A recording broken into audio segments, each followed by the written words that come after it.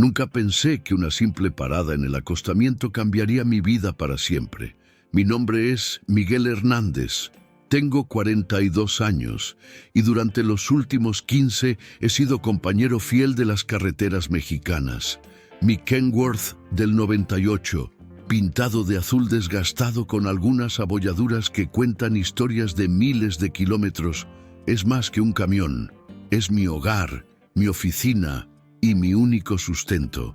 Esa mañana de julio había salido de Hermosillo antes del amanecer, cargado con productos agrícolas destinados a Nogales. La ruta era la de siempre: tomar la carretera federal 15 y atravesar el desierto de Sonora. Era un viaje que había hecho cientos de veces, pero que nunca dejaba de impresionarme por su belleza árida y su silencio absoluto.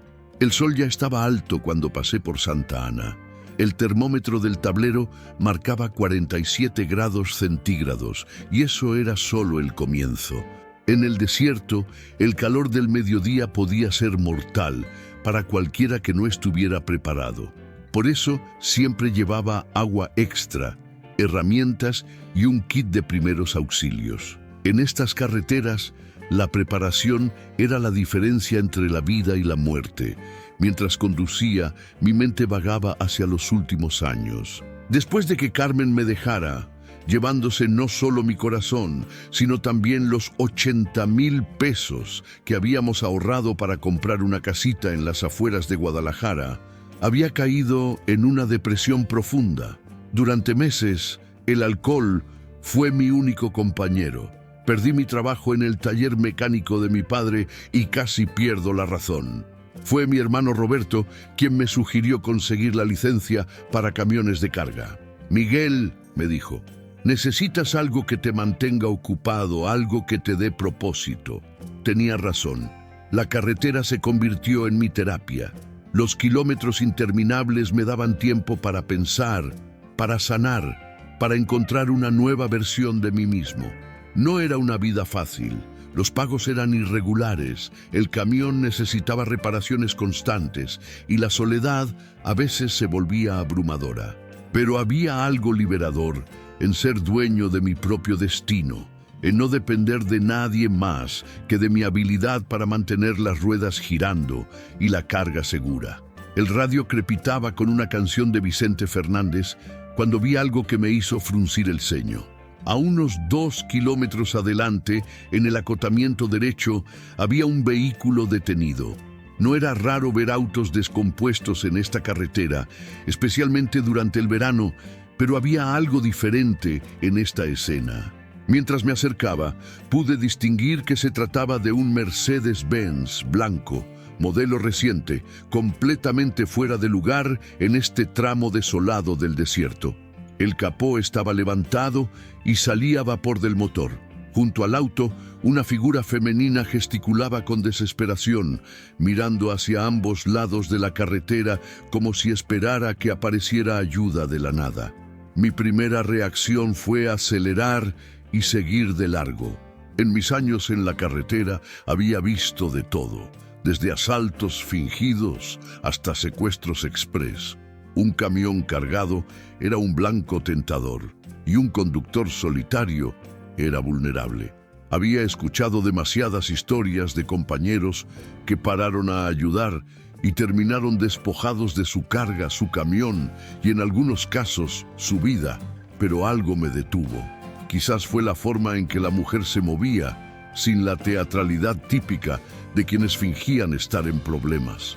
Sus gestos eran genuinos, desesperados. Llevaba un vestido blanco que contrastaba con su cabello negro recogido en una coleta e incluso desde la distancia podía ver que estaba realmente angustiada. «Pinche conciencia», murmuré, sintiendo cómo mi pie se movía instintivamente hacia el freno. Reduje la velocidad y activé las luces de emergencia. A medida que me acercaba, pude ver más detalles. La mujer era joven, probablemente de unos 28 años, con rasgos finos que sugerían una vida ajena a las dificultades del desierto. Su vestido, aunque simple, se veía caro y llevaba sandalias que definitivamente no estaban diseñadas para caminar sobre asfalto caliente.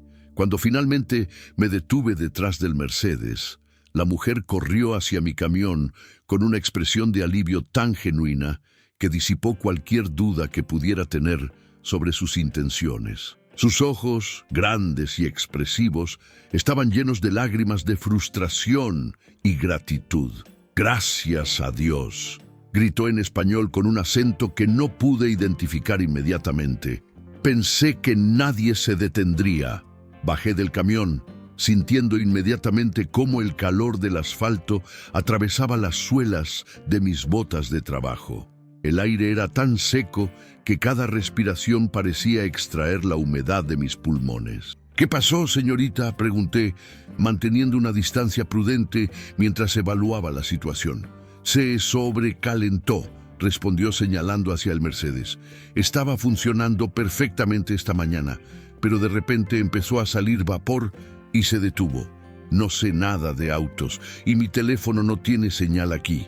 Me acerqué al vehículo y miré bajo el capó. El problema era evidente. Una manguera del radiador se había reventado, probablemente debido al calor extremo y la presión.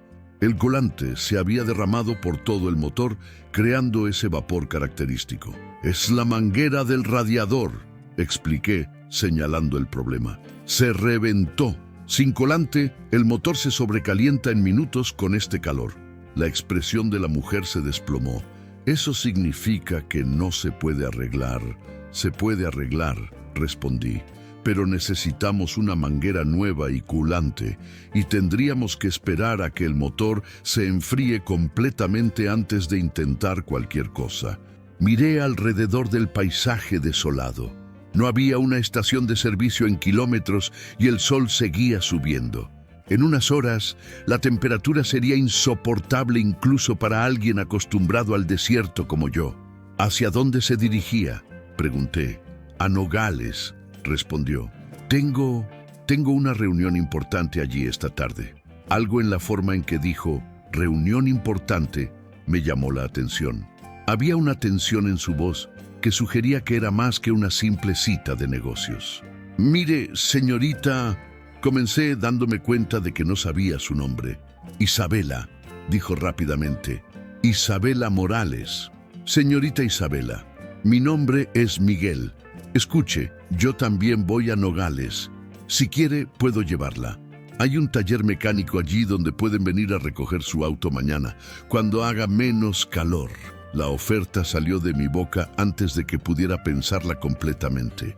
Era contrario a todas mis reglas de seguridad en la carretera. No conocía a esta mujer. No sabía nada sobre ella, excepto que tenía un auto caro y parecía estar en problemas genuinos. Isabela me miró con una mezcla de alivio y vacilación. Pude ver el conflicto en sus ojos, la necesidad desesperada de llegar a su destino contra la precaución natural de subirse al camión de un extraño en medio del desierto. «¿Está seguro?», preguntó. «No quiero causarle molestias». «No es molestia», respondí, sorprendiéndome a mí mismo por lo mucho que lo decía en serio. «Pero tengo que advertirle, no es exactamente cómodo. Es un camión de carga, no un auto de lujo». Por primera vez desde que la había visto, Isabela sonrió. Era una sonrisa genuina que transformó completamente su rostro, haciéndola parecer más joven y menos preocupada. «Creció en una granja», dijo con una risa suave. «Creo que puedo manejar un camión». Esa respuesta me sorprendió. Su apariencia y su auto sugerían una vida de privilegios, pero había algo en la forma en que habló de la granja que sonaba auténtico. Mientras Isabela recogía una pequeña maleta del Mercedes, no pude evitar notar algunos detalles que me parecieron extraños. El auto tenía placas de la Ciudad de México, pero ella había mencionado una granja. Su ropa, aunque simple, tenía esa calidad sutil que solo viene con dinero real. Y había algo en su postura, en la forma en que se movía, que sugería una educación refinada. «¿Necesita que cerremos el auto?», pregunté. «Sí, por favor», respondió, activando la alarma con un control remoto, aunque supongo que no hay muchos ladrones de autos en medio del desierto. «Se sorprendería», dije con una sonrisa, «pero estará bien. Pasaré la ubicación al taller cuando lleguemos a Nogales. Mientras caminábamos hacia mi camión, Isabela miró la cabina con curiosidad.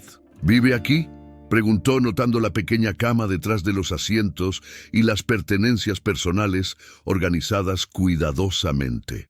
Más o menos, respondí, abriendo la puerta del pasajero para ella. Paso más tiempo aquí que en cualquier otro lugar. Isabela subió al camión con más gracia de la que había esperado, adaptándose rápidamente al espacio reducido. Se acomodó en el asiento del pasajero y se abrochó el cinturón de seguridad. «Gracias», dijo en voz baja, y había algo en su tono que sugería que esas palabras llevaban más peso del que parecían. Arranqué el motor y regresé a la carretera, sintiendo una extraña mezcla de nerviosismo y curiosidad. En todos mis años como camionero, había recogido a muy pocos pasajeros, y nunca a alguien como Isabela. Había algo en ella que no encajaba, como si fuera un rompecabezas del que solo podía ver algunas piezas. Mientras nos alejábamos del Mercedes abandonado en el desierto, no tenía idea de que acababa de tomar la decisión que cambiaría mi vida para siempre. En ese momento, solo era un camionero ayudando a una mujer en problemas. Pero el destino, como descubriría pronto, tenía planes mucho más grandes para ambos. Los primeros kilómetros transcurrieron en un silencio cómodo. Isabela miraba por la ventana hacia el paisaje desértico que se extendía infinitamente, mientras yo me concentraba en la carretera. De vez en cuando, la miraba de reojo, tratando de descifrar el misterio que parecía rodearla. «¿Hace mucho que maneja camiones?», preguntó finalmente, rompiendo el silencio. 15 años, respondí, aunque antes trabajaba como mecánico en el taller de mi padre en Guadalajara. «¿Qué lo hizo cambiar?». Era una pregunta simple, pero que tocaba heridas que aún no habían sanado completamente. «La vida», respondí simplemente. «A veces las circunstancias nos empujan hacia caminos que nunca imaginamos tomar». Isabela asintió con comprensión, como si supiera exactamente a qué me refería. «Entiendo perfectamente», murmuró, y había algo en su voz que sugería que realmente lo entendía. Pasamos por un pequeño pueblo llamado Imuris, donde unas cuantas casas de adobe se agrupaban alrededor de una iglesia colonial. Isabela observó las construcciones con una intensidad que me llamó la atención. «¿Conoce este lugar?», pregunté. «No exactamente», respondió, pero su respuesta sonó evasiva. «Es solo que me recuerda a donde crecí». Mencionó una granja. «Sí», dijo, y por un momento su rostro se suavizó con lo que parecía ser nostalgia. «En Michoacán. Mi abuelo tenía campos de aguacate. Pasé muchos veranos allí cuando era niña». Había algo reconfortante en la forma en que habló de su abuelo, pero también una tristeza subyacente que no pude ignorar. «¿Aún vive allí?». «No», respondió en voz baja. «Murió hace 3 años. La granja... Bueno, las cosas cambiaron después de eso». No presioné más. En la carretera había aprendido que todos cargamos con nuestras historias, y a veces es mejor dejar que las personas las compartan cuando están listas. El radio crepitó con un boletín de noticias. El locutor hablaba sobre el tráfico en la Ciudad de México cuando mencionó algo que hizo que Isabela se tensara visiblemente. «Continúa la búsqueda de Isabela Mendoza Vázquez, heredera del Imperio Agroindustrial Mendoza, quien desapareció ayer por la noche de su residencia en Las Lomas. La familia ha ofrecido una recompensa de 5 millones de pesos por cualquier información que conduzca a su paradero». Sentí como mi pie se aflojaba involuntariamente en el acelerador. Miré hacia Isabela, quien había palidecido completamente y miraba fijamente hacia adelante, como si el radio hubiera pronunciado una sentencia de muerte. «¿Isabela?», pregunté suavemente. Ella cerró los ojos y respiró profundamente. Cuando los abrió, había una resignación en ellos que me partió el corazón. «Mi verdadero nombre es Isabela Mendoza Vázquez», dijo con voz apenas audible. «Y sí, soy la persona que están buscando». Detuve el camión en el acostamiento, sintiendo cómo mi mundo se tambaleaba. Durante los últimos años había visto el nombre Mendoza en productos agrícolas por todo México. Era uno de los conglomerados más grandes del país, con operaciones que iban desde la producción de aguacate hasta la exportación de productos orgánicos. ¿Desapareció?, pregunté, tratando de procesar la información. No desaparecí, respondió con firmeza. Escapé. La diferencia en sus palabras era importante y pude ver la determinación en sus ojos cuando las pronunció. ¿De qué estaba escapando? Isabela se giró para mirarme directamente. Miguel, lo que voy a contarle podría ponerlo en peligro. Si prefiere dejarme aquí, lo entenderé completamente. Cuénteme, dije sin vacilar. Ya llegamos hasta aquí. Respiró profundamente antes de comenzar. Mi padre, Eduardo Mendoza, construyó el Imperio Mendoza desde cero. Era un hombre bueno, honesto, que creía en hacer negocios de la manera correcta. Pero hace 5 años, cuando mi madre murió en un accidente automovilístico, todo cambió. Hizo una pausa, mirando hacia el desierto como si buscara fuerzas en el paisaje árido. Mi padre se volvió diferente, paranoico, obsesivo con el control. Contrató a un hombre llamado Ricardo Salinas como su jefe de seguridad personal. Salinas había trabajado antes para, digamos, personas con reputaciones cuestionables. ¿Qué tipo de personas? El tipo de personas que resuelven problemas comerciales con métodos que van más allá de los tribunales, respondió con amargura. Al principio pensé que papá solo estaba siendo cauteloso después de la muerte de mamá. Pero gradualmente Salinas comenzó a tener más y más influencia sobre él. Isabela se frotó las sienes, como si el simple acto de recordar le causara dolor físico. Hace 6 meses descubrí algo terrible. Salinas había estado usando las rutas de distribución de nuestra empresa para otras actividades que nada tenían que ver con aguacates o productos orgánicos. No necesitaba que me explicara más. En México, todos sabíamos qué tipo de otras actividades podían usar las rutas comerciales establecidas. ¿Se lo dijo a su padre? Traté, respondió con frustración. Pero Salinas ya había envenenado completamente su mente contra mí. Me dijo que estaba siendo histérica, que estaba viendo conspiraciones donde no las había, pero yo sabía lo que había visto. ¿Qué había visto exactamente? Isabela vaciló por un momento, como si estuviera decidiendo cuánto contarme. Documentos, facturas falsas, rutas que no coincidían con nuestros contratos legítimos y algo más. Se detuvo, mordiéndose el labio inferior. ¿Qué más?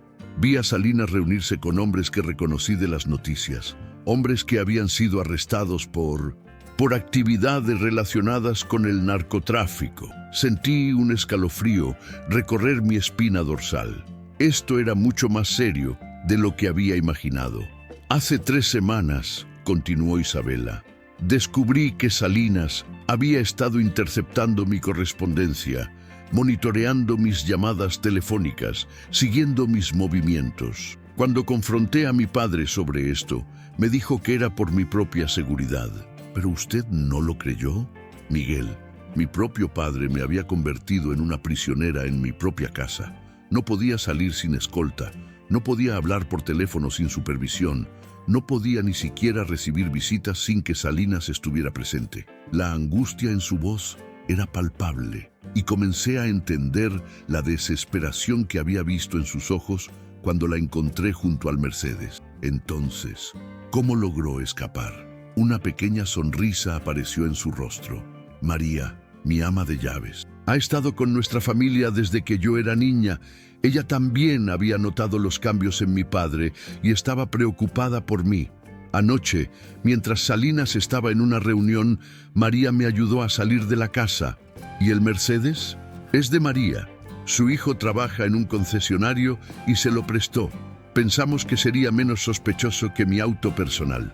Todo comenzaba a tener sentido, pero había algo que aún no entendía. ¿Por qué Nogales? ¿Qué hay allí? Isabela me miró con una expresión que mezclaba esperanza y miedo. Un periodista de investigación llamado Javier Moreno. Ha estado investigando las conexiones entre empresas legítimas y actividades ilegales en Sonora. Tengo información que podría ayudarlo a exponer lo que está pasando en la empresa de mi padre. ¿Qué tipo de información? Fotografías de documentos, grabaciones de conversaciones, números de cuenta bancaria, todo lo que pude recopilar durante los últimos meses sin que Salinas se diera cuenta. Miré hacia la carretera que se extendía ante nosotros. De repente, este viaje se había convertido en algo mucho más peligroso de lo que había imaginado.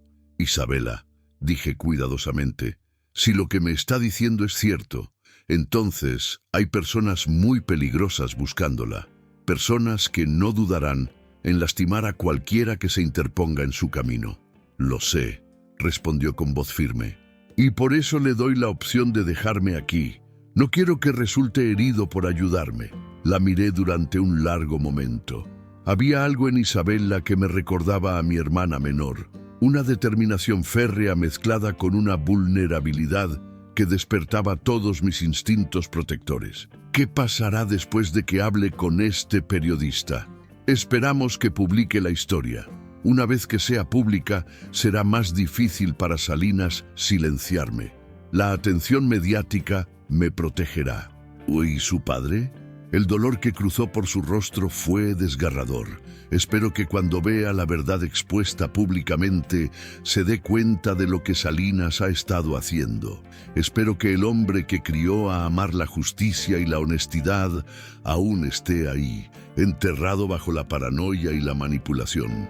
Arranqué el motor nuevamente. Entonces vamos a Nogales, dije. ¿Está seguro?, preguntó, y pude ver lágrimas de gratitud formándose en sus ojos. Estoy seguro, respondí, aunque por dentro sentía una mezcla de miedo y determinación que no había experimentado en años. Mientras regresábamos a la carretera, Isabela sacó un teléfono celular que había mantenido apagado. Necesito llamar a Javier para confirmar nuestra reunión, explicó. Cuando encendió el teléfono, inmediatamente comenzó a sonar con llamadas perdidas y mensajes de texto. Su rostro se puso pálido mientras revisaba las notificaciones. ¿Qué pasa?, pregunté. Hay más de 50 llamadas perdidas de números que no reconozco, dijo con voz temblorosa, y varios mensajes de texto amenazantes. Me mostró uno de los mensajes. Sabemos dónde estás. Regresa ahora y nadie saldrá lastimado. Apague el teléfono, dije inmediatamente. Pueden rastrearlo. Isabela obedeció, pero el daño ya estaba hecho. Si habían estado monitoreando su teléfono, ahora sabían que estaba en algún lugar entre Hermosillo y Nogales. Miguel, dijo con voz apenas audible, creo que acabamos de convertirnos en fugitivos. Miré por el espejo retrovisor, buscando cualquier señal de que nos estuvieran siguiendo. La carretera detrás de nosotros parecía vacía, pero eso no significaba que estuviéramos a salvo. ¿Cuánto falta para llegar a Nogales?, preguntó Isabela. Unas 2 horas, respondí, presionando un poco más el acelerador. Lo que no sabíamos era que en ese momento, a cientos de kilómetros de distancia, Ricardo Salinas estaba coordinando una operación de búsqueda que incluía no solo a sus propios hombres, sino también a contactos en la policía estatal y federal. La red se estaba cerrando alrededor de nosotros y cada kilómetro que avanzábamos nos acercaba tanto a la salvación como al peligro. Llegamos a Nogales cuando el sol comenzaba a descender hacia el horizonte, tiñendo el cielo de tonos naranjas y rojos que contrastaban dramáticamente con las montañas que rodeaban la ciudad fronteriza. Había algo inquietante en la belleza de ese atardecer, como si la naturaleza misma presintiera que algo terrible estaba por suceder. Isabela había estado cada vez más nerviosa durante la última hora del viaje. Revisaba constantemente los espejos laterales y se sobresaltaba con cada vehículo que nos adelantaba. Su ansiedad era contagiosa, y yo mismo había comenzado a sentir esa sensación familiar de peligro que había aprendido a reconocer durante mis años en la carretera. El hotel donde quedé de verme con Javier está en el centro, dijo Isabela, consultando una dirección escrita en un papel arrugado. Hotel Colonial, en la calle Obregón. Manejé por las calles de Nogales, una ciudad que conocía bien por mis viajes regulares a la frontera. Era un lugar donde dos mundos se encontraban, el México profundo y el sueño americano, separados solo por una valla metálica, pero unidos por historias de esperanza, desesperación y supervivencia. El Hotel Colonial era un edificio de 2 pisos con fachada de estuco amarillo descolorido y balcones de hierro forjado que habían visto mejores días. No era exactamente un lugar de lujo, pero tenía esa discreción que probablemente era exactamente lo que Isabela y el periodista necesitaban. Estacioné el camión en una calle lateral donde no llamaría tanto la atención entre los otros vehículos comerciales del área. ¿Quiere que la acompañe?, pregunté. Isabela vaciló. No quiero meterlo más en esto de lo que ya está. Isabela, dije girándome para mirarla directamente, ya estoy metido en esto. Y francamente no me sentiría bien dejándola sola ahora. Una sonrisa de gratitud iluminó su rostro. Gracias, Miguel. No sé cómo voy a pagarle por todo lo que ha hecho. No me debe nada, respondí sinceramente. Solo quiero asegurarme de que esté a salvo. Bajamos del camión y caminamos hacia el hotel. Isabela llevaba su pequeña maleta y una mochila que contenía, según me había dicho, toda la evidencia que había recopilado contra Salinas. Era extraño pensar que algo tan pequeño pudiera contener información capaz de derribar a un imperio. El lobby del Hotel Colonial era pequeño y modestamente decorado, con azulejos de cerámica en el piso y muebles de madera oscura que habían visto décadas de uso. Detrás del mostrador de recepción, un hombre mayor con bigote gris nos observó con la mirada cautelosa de alguien que había aprendido a no hacer demasiadas preguntas. «Buenas tardes», dijo Isabela al recepcionista. «Estoy buscando al señor Javier Moreno. Creo que está hospedado aquí». El hombre consultó un registro escrito a mano. «Sí, habitación 204, pero salió hace unas horas y no ha regresado». Isabela frunció el ceño. ¿Dijo cuándo regresaría? No, señorita, pero dejó un mensaje para una tal Isabela. ¿Es usted? Sí, soy yo. El recepcionista le entregó un sobre sellado. Isabela lo abrió con manos temblorosas y leyó rápidamente el contenido. Su expresión cambió de esperanza a preocupación. ¿Qué dice?, pregunté. Dice que tuvo que salir urgentemente, pero que regresará esta noche. Me pide que lo espere en el café de enfrente a las 8. Miré mi reloj. Eran las 6:30. ¿Quiere que reservemos una habitación mientras esperamos?, sugerí. Isabela asintió. Sí, creo que sería buena idea. El recepcionista nos dio la llave de la habitación 206, justo al lado de donde se hospedaba Javier. Subimos las escaleras de madera que crujían bajo nuestros pies, y no pude evitar notar cómo Isabela miraba nerviosamente por encima del hombro.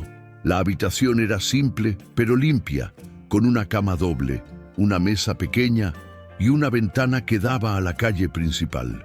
Isabela se sentó en la cama y por primera vez desde que la había conocido parecía completamente agotada. ¿Está bien?, pregunté. Solo nerviosa, admitió. Toda mi vida he estado protegida, rodeada de seguridad y comodidades. Nunca había estado en una situación como esta. Me senté en la silla junto a la mesa. ¿Se arrepiente de haber escapado? No, respondió sin vacilar, pero tengo miedo de lo que pueda pasarle a las personas que me ayuden. A María, a usted, incluso a Javier. Isabela, dije suavemente, a veces hacer lo correcto requiere coraje.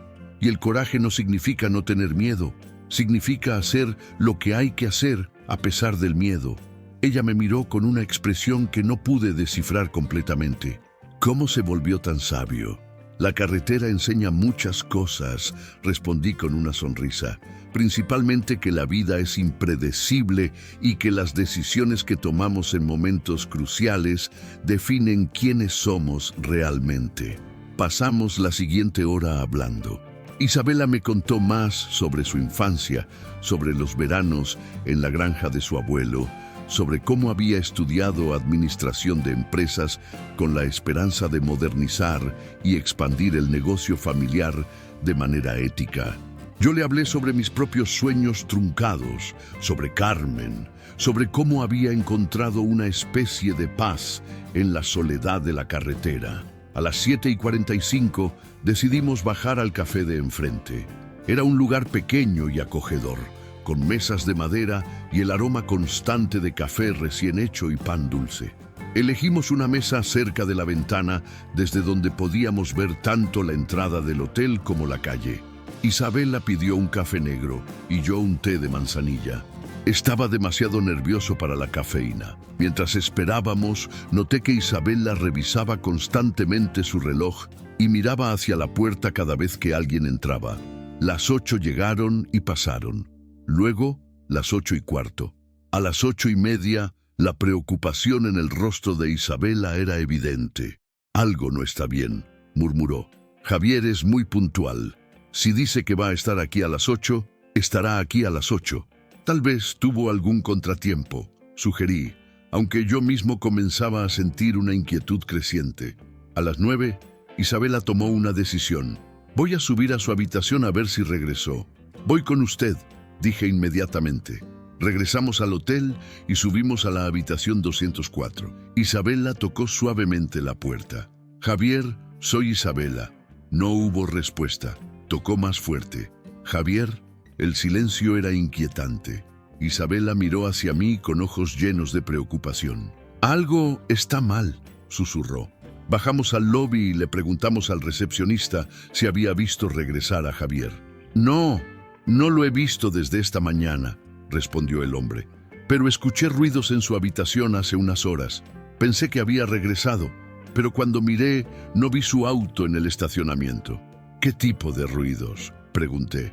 El recepcionista se encogió de hombros, como si estuvieran moviendo muebles, pero duró solo unos minutos. Isabela y yo intercambiamos miradas llenas de aprensión.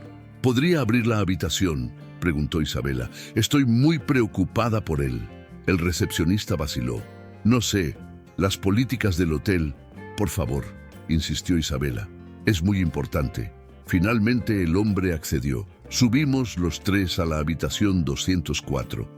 El recepcionista abrió la puerta con su llave maestra e inmediatamente retrocedió con una exclamación de sorpresa. La habitación había sido completamente destrozada. Los muebles estaban volcados, las sábanas arrancadas de la cama y las pertenencias de Javier estaban esparcidas por todo el piso. Pero lo más inquietante era que no había señal alguna del periodista. «Dios mío», exclamó el recepcionista. «¿Qué pasó aquí?».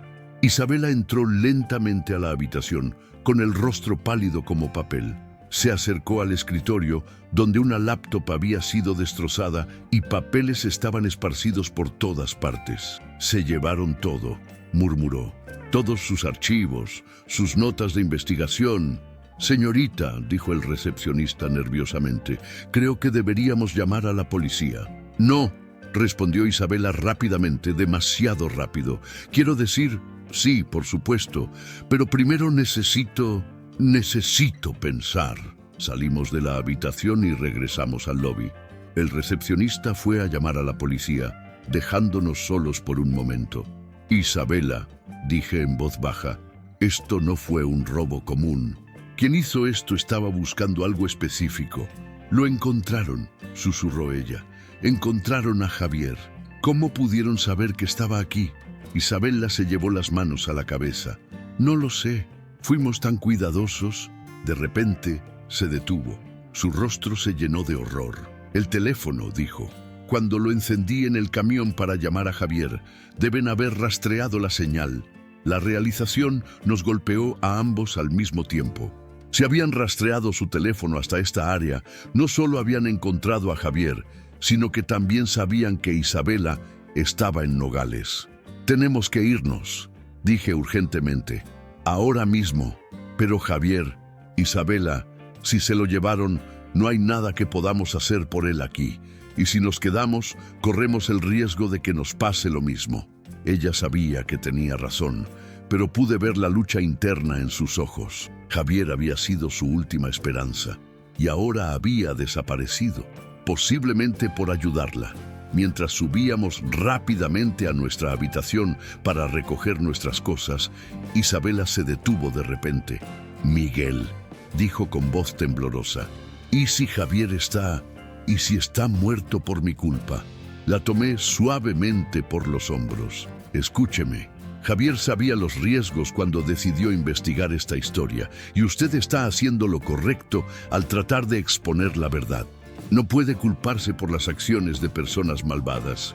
Recogimos nuestras pertenencias en tiempo récord. Mientras bajábamos las escaleras, escuché sirenas a la distancia. La policía estaba llegando, pero yo tenía la sospecha de que algunos de esos oficiales podrían no estar de nuestro lado. Salimos por la puerta trasera del hotel y corrimos hacia donde había estacionado el camión. Mientras arrancaba el motor, vi luces de patrullas llegando al frente del hotel. «¿Hacia dónde vamos?», preguntó Isabela mientras nos alejábamos por calles secundarias. «No lo sé», admití, «pero necesitamos salir de Nogales. Si tienen contactos en la policía local, no estaremos seguros aquí». Mientras manejaba por las calles oscuras de la ciudad fronteriza, mi mente trabajaba furiosamente tratando de encontrar una solución. Isabela tenía evidencia que podría exponer una red de corrupción, pero el único periodista que podía ayudarla había desaparecido. Estábamos solos, perseguidos por fuerzas que tenían recursos prácticamente ilimitados. «Isabela», dije mientras nos dirigíamos hacia la carretera que salía de la ciudad, «¿hay alguien más en quien pueda confiar? ¿Algún otro periodista? ¿Algún contacto en el gobierno?» Ella pensó por un momento. «Hay una persona», dijo lentamente, «un primo de mi madre que trabaja en la Procuraduría General, pero está en la Ciudad de México. ¿Confía en él? Creo que sí. Pero Miguel, eso significa atravesar todo el país y ellos estarán vigilando las carreteras principales». Miré por el espejo retrovisor. Las luces de Nogales se desvanecían detrás de nosotros, pero sabía que nuestra pesadilla apenas comenzaba. En algún lugar de esa ciudad, Javier Moreno había desaparecido, posiblemente para siempre, y nosotros éramos los siguientes en la lista. «Entonces tomaremos las carreteras secundarias», dije con más determinación de la que realmente sentía. «Y rezaremos para que lleguemos a la Ciudad de México antes de que nos encuentren». Lo que no sabíamos era que en ese momento Ricardo Salinas ya había movilizado equipos de búsqueda por todo el noroeste de México. La red se estaba cerrando y cada hora que pasaba hacía más probable que nuestro escape se convirtiera en una trampa mortal. Condujimos durante toda la noche por carreteras secundarias, evitando las autopistas principales donde sabíamos que podrían estar esperándonos. Isabela había logrado contactar a su primo Ricardo Vega desde un teléfono público en una gasolinera abandonada cerca de Magdalena, y él había accedido a reunirse con nosotros en un lugar discreto en las afueras de la Ciudad de México. El viaje de casi 1000 kilómetros nos tomó 18 horas, deteniéndonos solo para combustible y comida rápida. Isabela había permanecido en silencio durante gran parte del trayecto, sumida en sus pensamientos sobre el destino de Javier. Yo podía ver la culpa consumiéndola, pero también una determinación férrea que se había fortalecido con cada kilómetro que recorríamos. Llegamos a la Ciudad de México al amanecer del segundo día. El lugar de encuentro era un pequeño café en la colonia Roma Norte, un área que Ricardo había elegido porque era lo suficientemente concurrida para pasar desapercibidos, pero no tan turística como para llamar la atención. Ricardo Vega resultó ser un hombre de unos 50 años, con cabello gris, prematuramente canoso, y ojos que reflejaban la sabiduría de alguien que había visto demasiado durante su carrera en el sistema judicial mexicano. Cuando vio a Isabela, su expresión se suavizó con una mezcla de alivio y preocupación paternal. «Isabela», dijo, abrazándola fuertemente, «toda la familia está preocupada por ti. Tu padre está desesperado». «¿Desesperado por encontrarme o desesperado por silenciarme?», respondió ella con amargura. Ricardo miró hacia mí con curiosidad. ¿Y ustedes? Miguel Hernández, dije, extendiendo mi mano. Soy el camionero que la ayudó. Ricardo Vega, procurador adjunto, respondió, estrechando mi mano con firmeza. Isabela me contó por teléfono lo que está pasando. Es muy grave. Nos sentamos en una mesa apartada del café. Isabela sacó su mochila y comenzó a mostrarle a Ricardo toda la evidencia que había recopilado. Fotografías de documentos, grabaciones de audio, registros bancarios. Ricardo examinó cada pieza de evidencia con la meticulosidad de un investigador experimentado. Su expresión se volvía más sombría con cada documento que revisaba. Esto es mucho peor de lo que imaginaba, murmuró finalmente. Isabela, esto no es solo corrupción empresarial. Esto implica lavado de dinero a gran escala, posiblemente vínculos con organizaciones criminales internacionales. ¿Es suficiente para procesar a Salinas?, preguntó Isabela esperanzadamente. Es suficiente para iniciar una investigación formal, respondió Ricardo. Pero necesitamos más, necesitamos testimonios, necesitamos que alguien del interior de la organización esté dispuesto a hablar. ¿Qué hay del periodista que desapareció?, pregunté. Javier Moreno. La expresión de Ricardo se ensombreció aún más. Recibimos un reporte sobre su desaparición ayer por la noche. Oficialmente está siendo investigado como un secuestro. Extraoficialmente, temo que pueda estar muerto. Isabela cerró los ojos, luchando contra las lágrimas. Esto es culpa mía. Si no hubiera tratado de contactarlo. No, dijo Ricardo firmemente.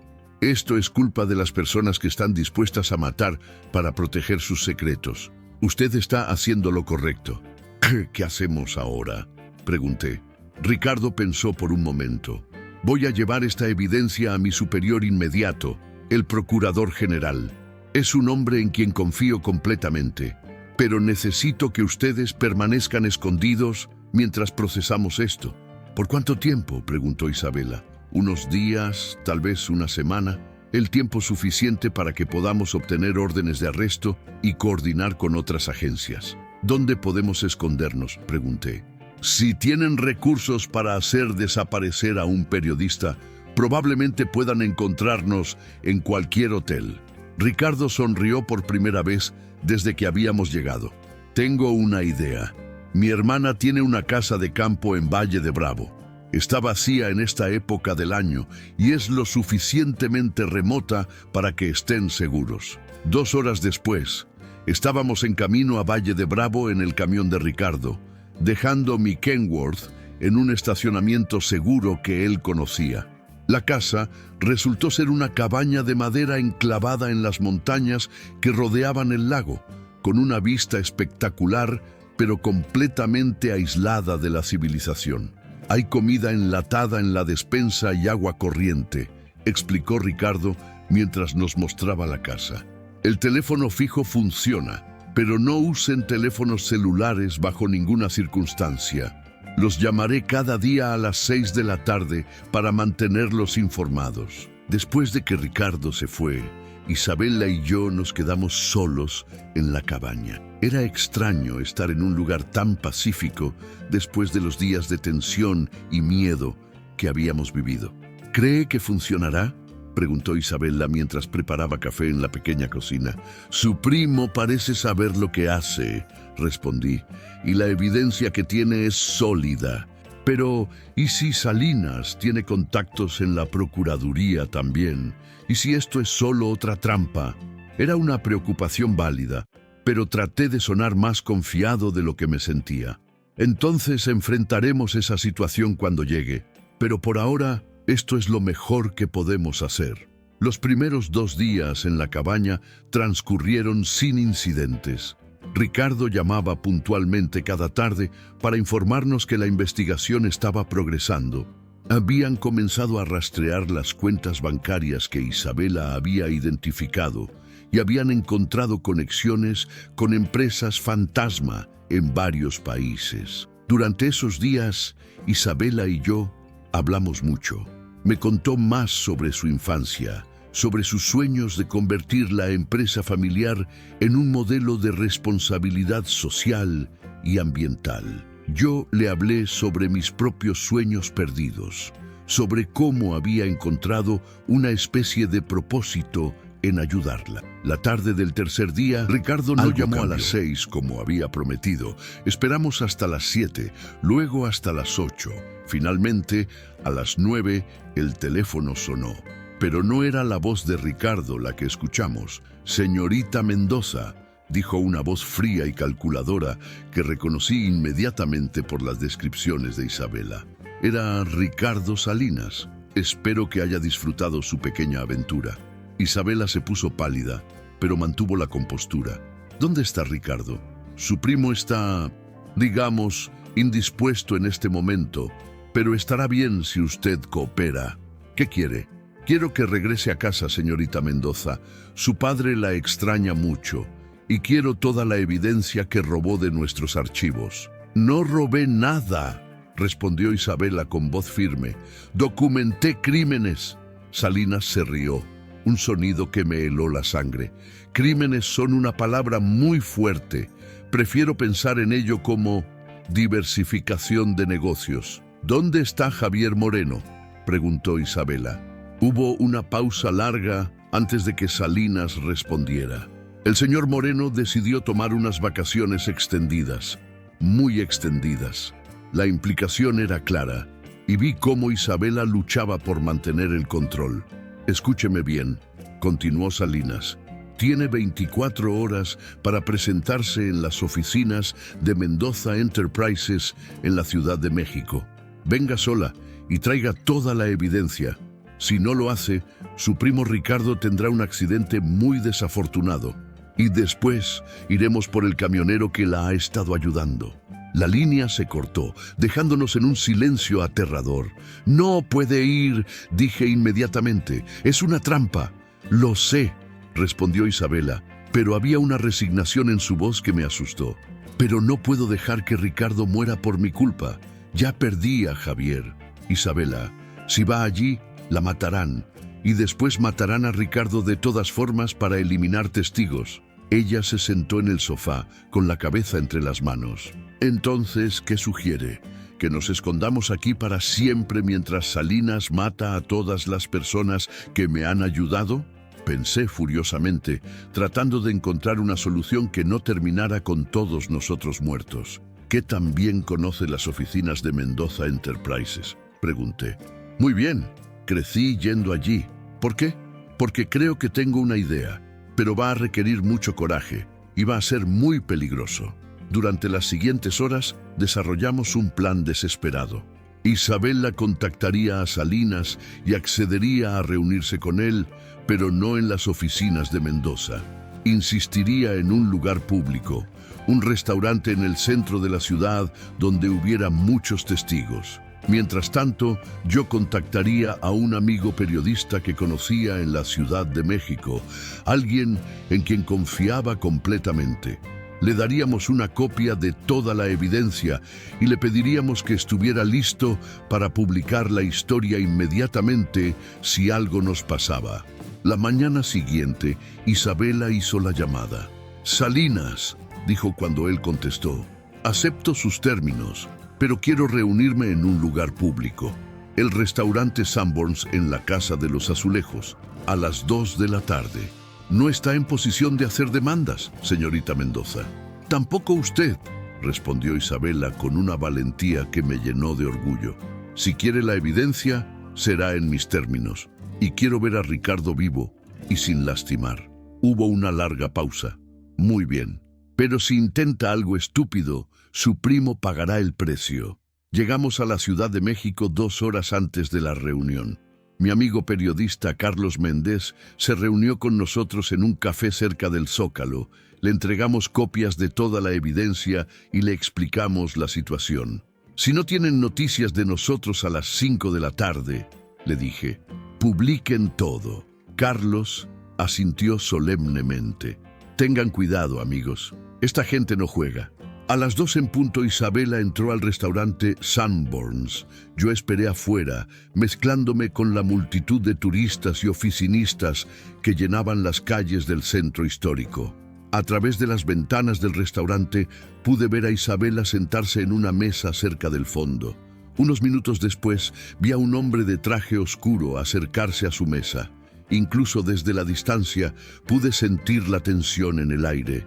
La reunión duró exactamente 15 minutos. Luego vi a Isabela levantarse y caminar hacia la salida. Pero algo estaba mal. Su postura era rígida y había un hombre caminando muy cerca detrás de ella. Cuando salió del restaurante, pude ver que tenía lágrimas en los ojos. ¿Qué pasó?, pregunté cuando logré acercarme a ella. Me mostró una foto, susurró. Ricardo está vivo, pero está muy golpeado. Y me dijo que si no entrego toda la evidencia original en una hora, lo matarán. ¿Dónde quiere que se encuentren? En las oficinas de Mendoza, piso 20. Miré mi reloj. Eran las 2:15. Isabela, dije tomando sus manos, hay algo que necesitas saber. Antes de venir aquí, hice una llamada adicional. ¿A quién? A la oficina del Procurador General. Directamente. Les dije todo lo que sabía y les di la dirección de las oficinas de Mendoza. Sus ojos se abrieron con sorpresa. ¿Qué? Calculé que si íbamos a arriesgar nuestras vidas, también podríamos asegurarnos de que Salinas cayera. Hay agentes federales en camino a esas oficinas en este momento. Isabela me miró con una mezcla de terror y admiración. Miguel, eso significa que cuando lleguemos allí, significa que vamos a terminar esto de una vez por todas. A las 3:15, entramos al edificio de Mendoza Enterprises. El elevador nos llevó al piso 20 en lo que parecieron horas. Cuando las puertas se abrieron, nos encontramos cara a cara con Ricardo Salinas y 2 de sus hombres. Salinas era exactamente como Isabela lo había descrito. Alto, de complexión fuerte, con ojos fríos que parecían calcular constantemente. Pero había algo más en su expresión, nerviosismo. Señorita Mendoza, dijo con una sonrisa que no llegaba a sus ojos. ¡Qué puntual! ¿Dónde está Ricardo?, demandó Isabela. Salinas hizo un gesto hacia una oficina. Está ahí, un poco magullado, pero vivo. Quiero verlo. Primero la evidencia. Isabela sacó su mochila y la puso sobre el escritorio. Todo está ahí. Salinas abrió la mochila y comenzó a revisar el contenido. Su expresión se relajó ligeramente cuando vio que todo parecía estar en orden. «Excelente», dijo. Ahora, sobre su futuro. Fue entonces cuando escuchamos el sonido de sirenas acercándose rápidamente al edificio. La expresión de Salinas cambió instantáneamente de satisfacción a alarma. «¿Qué es eso?» «Justicia», respondí. Los siguientes minutos fueron caóticos. Salinas gritó órdenes a sus hombres, pero ya era demasiado tarde. Agentes federales irrumpieron en la oficina desde múltiples direcciones, con armas desenfundadas y órdenes de arresto. «Ricardo Salinas», gritó el agente líder, «está arrestado por lavado de dinero, asociación delictuosa y secuestro». Salinas trató de huir, pero fue rápidamente rodeado. Mientras lo esposaban, me miró con una expresión de odio puro. «Esto no termina aquí», gruñó. «Sí, sí termina», respondió Isabela con voz firme. «Encontramos a Ricardo Vega en la oficina contigua, golpeado pero vivo». Isabela corrió hacia él y lo abrazó, llorando de alivio. «¿Estás bien?», le preguntó. «Ahora sí», respondió él, sonriendo a pesar del dolor. 3 horas después, estábamos en las oficinas de la Procuraduría General, dando nuestras declaraciones oficiales. El Procurador General en persona nos aseguró que Salinas y toda su red serían procesados con todo el peso de la ley. «¿Qué hay de Javier Moreno?», preguntó Isabela. El procurador intercambió miradas con uno de sus asistentes. «Tenemos buenas noticias sobre eso. El señor Moreno fue encontrado vivo hace unas horas. Estaba siendo retenido en una casa de seguridad en las afueras de Nogales. Está hospitalizado, pero se espera que se recupere completamente». Isabela se desplomó en su silla, abrumada por el alivio. 6 meses después, me encontré de nuevo en la carretera, pero esta vez las cosas eran diferentes. Isabella había usado su influencia y recursos para ayudarme a expandir mi negocio de transporte. Ahora tenía 3 camiones y varios conductores trabajando para mí. Pero más importante que eso, había encontrado algo que pensé que había perdido para siempre: propósito y familia. Isabella había tomado control de Mendoza Enterprises después de que su padre, devastado por la traición de Salinas, decidiera retirarse. Bajo su liderazgo, la empresa no solo había limpiado sus operaciones, sino que se había convertido en un modelo de responsabilidad corporativa. Y Ricardo Salinas, junto con 15 miembros de su red, había sido sentenciado a más de 20 años de prisión. La justicia, aunque tardía, finalmente había prevalecido. Mientras conducía por esa misma carretera del desierto de Sonora, donde todo había comenzado, no pude evitar sonreír. A veces, una simple decisión de ayudar a alguien en problemas puede cambiar no solo tu vida, sino el mundo entero. La carretera seguía siendo mi hogar, pero ya no era un lugar de escape. Era un lugar de propósito, de conexión, de esperanza. Y eso, pensé, mientras el sol se ponía sobre el desierto, era más de lo que cualquier hombre podía pedir. Si te gustó esta historia, deja tu like y recuerda suscribirte al canal para que podamos seguir entregando contenidos que te agraden.